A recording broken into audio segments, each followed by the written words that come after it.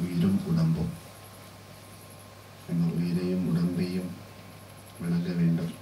அப்பாவையும் அம்மாவையும் மனசில் நினச்சிக்குங்க. அவங்களோட பாதத்தில் நமஸ்காரம். அப்பாவினுடைய அம்மாவுடைய குலத்துக்கு நமஸ்காரம். அப்பா அம்மாவுக்கு நமஸ்காரம். அவங்களோட கூட பிறந்தவங்களுக்கெல்லாம் நமஸ்காரம். குடும்பத்துக்கு நமஸ்காரம்.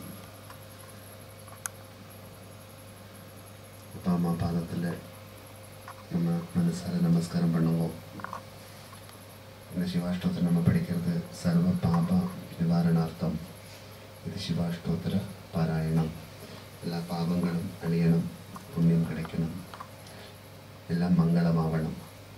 இது இந்த அஷ்டோத்திரம் படிக்கிறதுக்கு ஒரு வேண்டுகோள் பகவான்கிட்ட.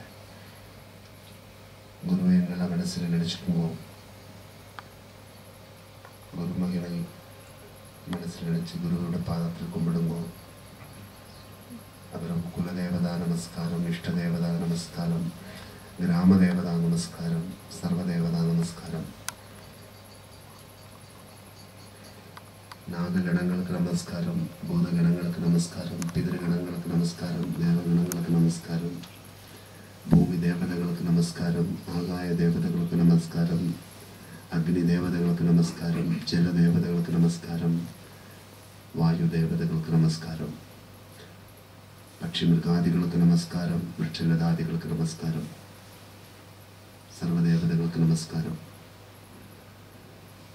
ഭഗവാൻ ശ്രീ പരമേശ്വരനുടെ പാദത്തിൽ കോടാനുകോടി നമസ്കാരം.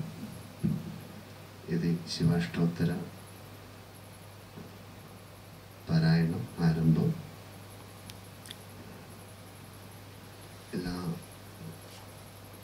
കഷ്ടങ്ങൾക്ക് കാരണമാണത് ഏതോ അതെല്ലാം നമ്മളെ വിട്ടു പോകണം. ஆனந்தத்துக்கு காரணமானது ஏதோ அது நமக்குள்ள வரணும்.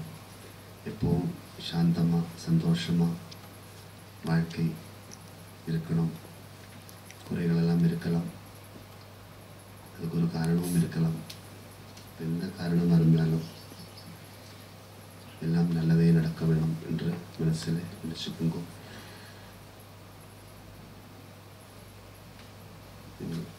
ஓம் நம சிவாயான ரிப்பீட் பண்ணணும். நீங்கள் முதல்ல படிக்கும்போது